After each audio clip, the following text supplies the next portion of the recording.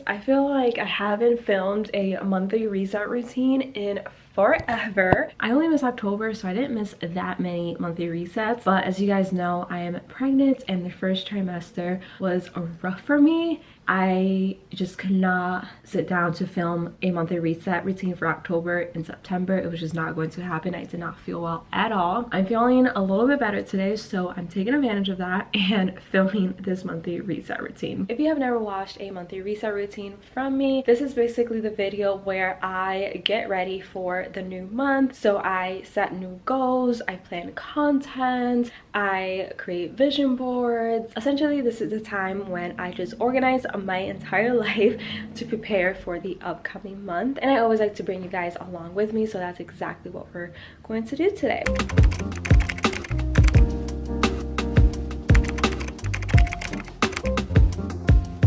I want to take a second to thank today's sponsor, which is Brooklinen. I'm super excited to be partnering up with Brooklinen for this video. Brooklinen has over 100,000 5-star reviews. Let that sink in, you guys. Everyone has been raving about these bed sheets, so I'm super excited to finally be able to give them a try. This is what the box looks like when it comes in. I literally have not opened it.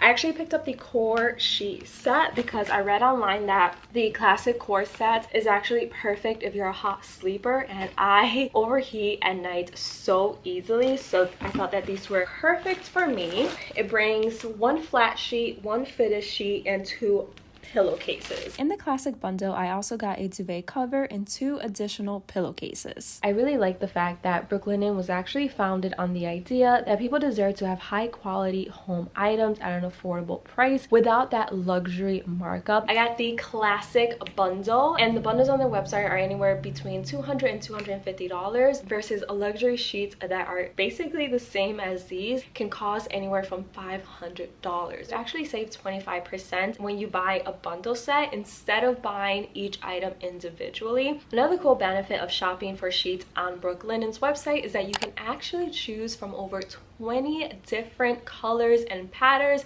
and you can mix and match. So as you guys saw here, I picked up all of my sheets in white, but if I wanted to, I could have mix and match colors. So I love that because not everyone wants white bed sheets. Sometimes you want to spice things up. I'm so excited because Brooklinen is offering you guys a discount of $20 off any order that's $100 or more. All you have to do is use my code CarmenG and click on the link in the description box below to get $20 off your next order of $100 or more.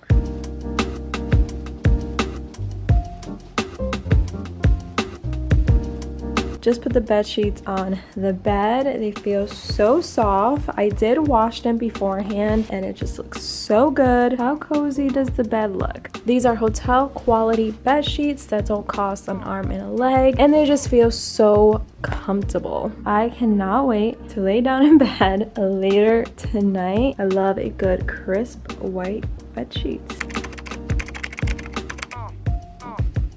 I always like to start off these monthly reset routines by just telling you guys how my previous month went. October was a meh month for me, if I'm being honest. I was sick the majority of it. I was dealing with a lot of morning sickness, a lot of headaches, a lot of insomnia. So I really didn't do much for the month of October. I literally was home most of the time, like 95% of the time. I really didn't go out that much, and that's pretty much all I did. I tried my best to rest as much as possible in October. My birthday was on October 17th, and I literally spent it on the couch vomiting, which was fun. Great way to spend your birthday, but despite all that, I'm in a great mood. I'm really happy. I feel really blessed to be pregnant. Even though it was a rough month for me physically and health-wise, I am still grateful for just being pregnant and for every other blessing that we currently have in our lives. And taking the time to be grateful for the little things has definitely helped me get through October.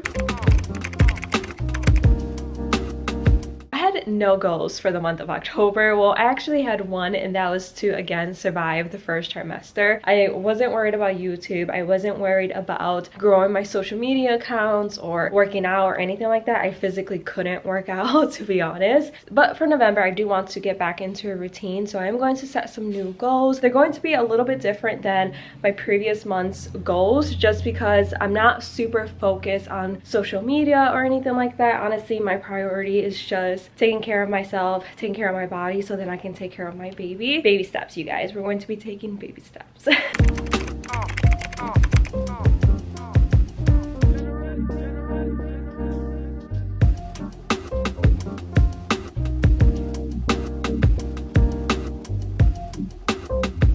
So I just finished writing all of my November goals down. I just smacked my face with this little pink string. I have 4 categories. I think normally I have about, no, I always have 4. Never mind. What am I talking about? So I have the same 4 categories that I always have. I have personal, health, social media, and financial. I don't have as many goals as I normally have in previous months, but under personal, I put down that I'm practicing gratitude every day and focusing on the little things instead of focusing on the things I cannot control. This is mainly a coping mechanism for my anxiety, just not trying to force things and letting things just naturally happen and going with the flow. That's definitely something I need to work on, and just focusing on all of our current blessings instead of worrying about what's going to come next, if that makes sense. And then under that, I just have a reading goal of reading 7 books in November. I normally have 10 books, but to be honest, I just haven't been in the mood to read all that much lately. So I'm going to drop it down to 7. I feel like that's doable for me, hopefully. The next category that I wrote down was health. So I'm working out at least 3 times a week. I want to mainly focus on doing yoga and walking on the treadmill. I don't want to do anything crazy, but I've read a ton of different research articles that actually state that yoga is really healthy if you're pregnant, and it actually helps you prepare for labor and giving birth. I want to start doing yoga a lot. Well, not a lot. I want to start doing yoga like 3 times a week. I didn't work out at all during my first trimester, so I want to slowly get back into a chill workout routine. Nothing crazy, no weightlifting or anything like that, just yoga and then walking on the treadmill, or even just walking around my neighborhood. And then under that, I put down that I'm eating well-balanced meals. This one is a lot easier said than done, just because there are a lot of times where I don't feel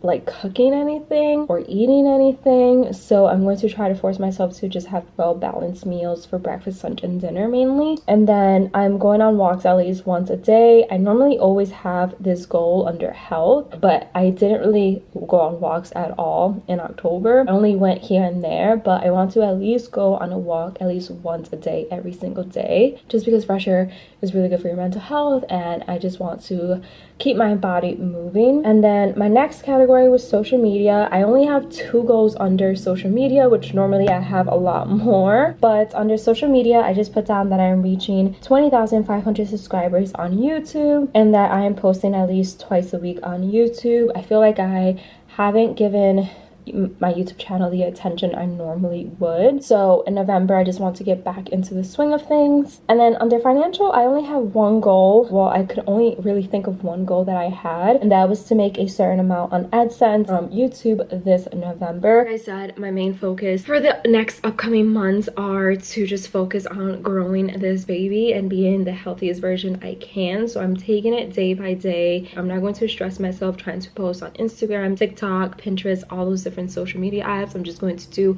what I'm comfortable with, resting when my body asks for it, and yeah, that's pretty much it. Again, taking it day by day. So those are my goals for November. Now it's time to plan out content for the month of November. I cannot believe that I'm already planning content for November. I also need to start planning content for Vlogmas. I do want to do Vlogmas. I've done Vlogmas for the past 2 years, and it's been really fun. I don't know how it's going to be this year with me being pregnant, but I'm going to try my best to commit to Vlogmas and do Vlogmas. I was thinking of uploading maybe Monday to Friday during Vlogmas and taking the weekends off. I haven't quite figured it out yet, but I do want to participate in Vlogmas in some way. you know? So if you guys have any video ideas that you want me to film, any vlogmas content that you want me to film, definitely leave it in the comments below and I can start planning those videos for you guys. But going to write down all of my content ideas in my handy dandy little notebook, and then also write it on my whiteboard, which I haven't used my whiteboard in like 2 months.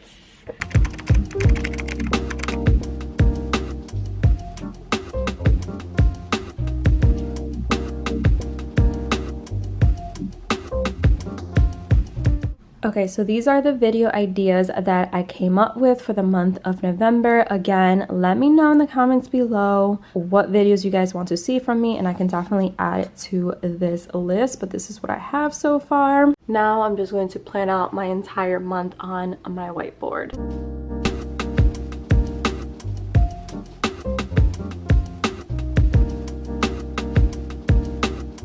I just finished filling out my whiteboard. I actually decided to not include any video ideas on my whiteboard just because I haven't figured out exactly how many times I'm going to upload on YouTube. Like ideally I want to upload at least twice a week, but honestly my upload schedule is going to depend on how I'm feeling that week. I just added some important dates like doctor's appointments, birthdays, Thanksgiving, Black Friday, Cyber Monday. Yes, those are important dates, and then I'll fill it in week by week as the month progresses. So now I want to go over my budget with you guys and show you how much I spent, or how much we spent for the month of October. I didn't create a budget for the month of October at all. Like I wasn't even thinking about it, and we ended up spending a lot of money in October without even realizing it, which is why I think budgeting is so important, because I thought that we barely spent any money, but then when I added everything up, boy was I wrong. For utilities we spent $150. For streaming services we spent $22.97. Groceries we spent $529.64, which looking back now, I'm like, how did we spend so much money on groceries? That is a lot of money. If we go back to my August budget, for August we only spent $398 in groceries, but for some reason in October we spent $529. I mean, prices have continue to rise for food, so I think that plays a part, but also I've been trying to eat new and different types of foods that I wouldn't normally order pre-pregnancy. I've been eating a lot of fresh fruits, and fresh fruits expensive. Like I've been obsessed with oranges and pineapples, so I think that is why our groceries is so high this month, but we're definitely going to work on lowering that next month. Invisalign, I always spend $190 since I am on a payment plan with my orthodontist. For Uber, we spent $54.82. So really didn't spend all that much on Uber this month, which is good, and it makes sense because I barely went out except for doctor's appointments. For cell phone, I always spent $120. For eating out, we also spent a lot of money, and I don't know why. $312.47. My sister did come for a weekend and I did order food. I don't think we ordered out that many times, but the times that we did order out, it was like large expensive meals. So I think that's why it's so much, but we're changing that in November for sure. And then PicMonkey, which is a app that I use for YouTube, always spend $12.99. Flow app is my menstrual and now pregnancy tracker app, and I always spent $9.99 a month on that. TubeBuddy is another app that I use for YouTube, $4.99. iCloud storage always $2.99. Rent $2,722.22. That doesn't change, so that's what we spent. For pets, we only spent $42.17, which really doesn't make sense to me because in August we spent $74.28, but for some reason this month we only spent $42. I don't know what happened there. And then a unexpected expense was my doctor visits. In doctor visits in October, I spent $1,057. I almost wasn't going to include that in my monthly budget just because I know people are going to have opinions, and honestly I don't want to hear anyone's opinions if you think that's too much. I know it's a lot of money. We do have health insurance, and there's a very long story on why my doctor visits were so much. Maybe I'll share it in another video. The money that I spent in October is actually going to go to my labor and delivery as well as my postpartum care. So by the time I give birth and by the time I'm fully recovered from giving birth, I won't have a bill to pay, if that makes sense. Like the doctor office that I go to charges everything up front since I'm also delivering with them, which I have never heard of that before. I've always just had friends give birth and then pay a hospital bill afterwards, but this place does it different. I don't know if that's a Florida thing what it is. Again, I'm paying a lot up front, but by the time I give birth and I'm done recovering from giving birth, I won't have anything to pay. Like there won't be a unexpected bill unless I have to get a C-section or something, which I don't plan to, hopefully, knock on wood. But now it's time to budget for the month of November. And for October, the total amount of money we actually spent was $5,232.25.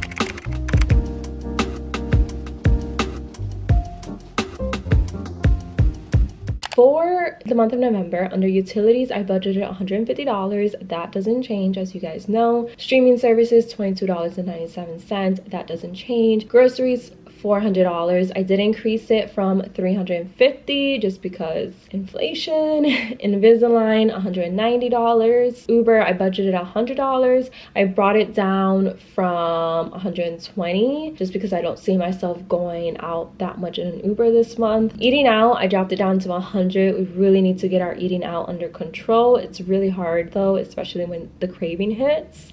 PicMonkey, I budgeted $12.99, doesn't change. Flow app, $9.99, again, doesn't change. TubeBuddy, $4.99. iCloud storage, $2.99. And then for rents, $2,722, doesn't change. And then for pets, I budgeted $70. I'm actually going to bring it down to $60 because, again, for some reason, we only spent $42 in October. So going to bring that down. For my doctor's visits, again, I already know what I'm going to be paying ahead of time. So my next appointment in November, I'll have to pay $657. Yeah, that's pretty much my November budget. And for the total for the November budget is $4,553.15. That is my budget for November. I feel like my hair has a lot of volume today and it needs to chill out. Let's talk about the books that I read this month. Normally I film a separate reading wrap-up video, but I only read 4 books this month, so I'm just going to talk about them in this video, my monthly resets, because I don't think I can make a whole video just talking about these 4 books. The first book that I read was My Killer Vacation by Tessa Bailey. I gave this book a 3 out of 5. I thought that it was a super quick read. It's actually pretty short. I thought it was really funny in certain parts. I just didn't really like how sexually frustrated the 2 characters were in this book, but I feel like Tessa Bailey likes to include a lot of spice in her books, and for me sometimes spicy scenes can be overdone, and I just didn't really feel connected to any of the characters in this book. I also expected this book to have a better balance of murder mystery and romance, but it was mainly just romance, and I was expecting more of the murder mystery element, so I was kind of disappointed that it didn't really focus on the murder mystery aspect that is mentioned in the synopsis. Maybe I would have liked it more if I read it during the summer because it does have a really nice summer vibe to it. The next book that I read was Love on the Brain by Ali Hazelwood. This is definitely one of my main disappointing books of 2022. I had such high expectations for this book since I loved The Love Hypothesis so much, but this one just fell flat for me. I gave it a 2 out of 5 stars. If I didn't like the main character Levi, I probably would have given it a 1 star. I don't know, I just thought that this book was trying so hard to be The Love Hypothesis when it should have completely branched out and gone in a different direction. I felt like the similarities were too much, where I felt like I was reading a knockoff of The Love Hypothesis. Even though it's the same author, I felt like it was a knockoff. I know that sounds really harsh, but I just didn't enjoy reading this book at all. I felt like the main character was really annoying. I felt like her dialogue was really annoying. She was really self-absorbed at times. I just didn't enjoy this book at all. The next book that I read was The Guest List by Lucy Foley. This was actually another short book. This is actually a thriller. It is a murder mystery, but it's very unique in the fact that you don't know who the murderer is, but you also don't know who the victim is until the very end of the book. But it was actually very predictable. I was able to predict all the twists ahead of time, and that's always a huge letdown for me. I like being surprised, especially by thrillers, and this one just felt like it felt flat for me. I gave it a 3 out of 5 stars because I felt like it had a lot of potential, but then it just, again, it fell flat. I do think it's a good thriller to read during the fall season, so if you want a good thriller, give it a chance. A lot of people love this book. It just wasn't my favorite thriller. It just got really bright in here. And then the next book that I read this month was It Starts With Us by Colleen Hoover. Now this is probably my favorite book that I read this month. I gave it a 4 out of 5 stars. If you don't know, this is the sequel to It Ends With Us. It follows Lily once again, but it also follows Atlas, and you got to meet Atlas and It Ends With Us. If you read It Ends With Us, then this book makes perfect sense. I personally love this book. I know that it has received a lot of criticism from fans who feel like it didn't do Lily and Atlas love story justice. I have to disagree. I really liked Alice in here. I really liked Lily. I really liked that this was a much more light-hearted book when you compare it to It Ends With Us, and that was done intentionally by Colleen Hoover. She didn't want to write another heavy book where she put Lily and Atlas through the ringer again, and I can totally respect that. Not a lot happened in this book, but if you are a fan of Atlas and Lily, then I think that you'll really appreciate this book for what it is. Again, I personally enjoyed it. I gave it 4 out of 5 stars, and I definitely would recommend it. If you enjoyed It Ends With Us, definitely pick this one up. It is the next day and I just woke up. I slept in my new Brooklinen sheets last night and I had such a good night rest. The sheets are super soft, and the best part is that I didn't overheat last night at all. So I'm super happy with my new bed sheets. I literally don't want to get up from bed right now. I just want to stay in bed. Don't forget to check out Brooklinen for $20 off any order of $100 or more. They're the internet's favorite sheets. You honestly won't regret checking them out. Also, don't forget to comment down below video suggestions that you guys want to see from me during November and during Vlogmas, so I can start prepping those videos very soon. And that is pretty much it for today's monthly reset routine, you guys. I really hope you guys enjoyed watching. If you did, don't forget to give it a big thumbs up. Don't forget to subscribe. I would love to have you a part of my channel, and I'll see you guys in the next one. Bye guys.